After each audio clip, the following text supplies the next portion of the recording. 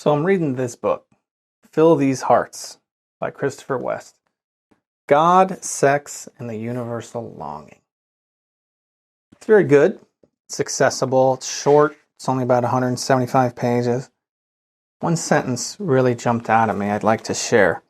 The author says, contrary to widespread belief and practice, if a person is idolatrously attached to the pleasures of this world, the solution is not to turn the volume down on our desires, but to turn the volume up, way up. So we got these longings in our hearts. And man, they are deep, right? They are big desires.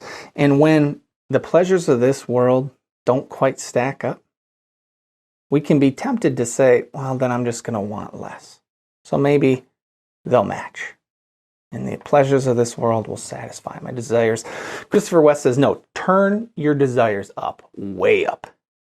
Get in touch with them so deep that you will see the glaring gap between what this world can offer and the deepest longings of your heart.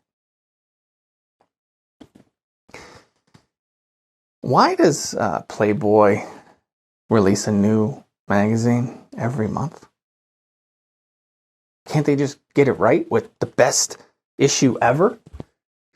The fact that they come out with a new one every single month it's like an implicit admission that this issue isn't going to satisfy. So we'll come out with another one.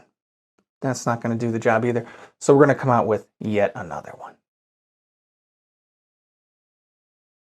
They know it's not going to do the job.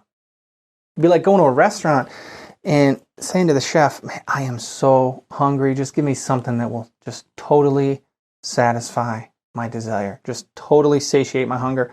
And he says, we have this right here and it won't work. And we say, oh, I'll take it. Thank you. Here's my money. This lie, I think, can be traced all the way back to the Garden of Eden. It's like the fundamental lie that Adam and Eve believed and that we so often do when we settle for much less. The lie is that God isn't going to take care of us. He's not going to provide. We can't trust him. He's not going to feed us. We need to feed ourselves. We need to go be grasping and try and take care of ourselves. And it didn't go well back then, and it doesn't go well for us when we believe that lie now. But what does God do? He comes in and doesn't just say, I will provide, I will give you food. He says, I'm going to become your food. I'm not just going to give you fuel for your gas tank. I'm going to become the fuel for your gas tank. I'm going to jump inside of you to be your fuel. I know the Eucharist is really hard to believe in sometimes. And I bet it was hard 2,000 years ago for your ordinary Jewish man or woman to believe that Jesus was the Messiah. Like, wait a minute, God is going to become a person and it's you?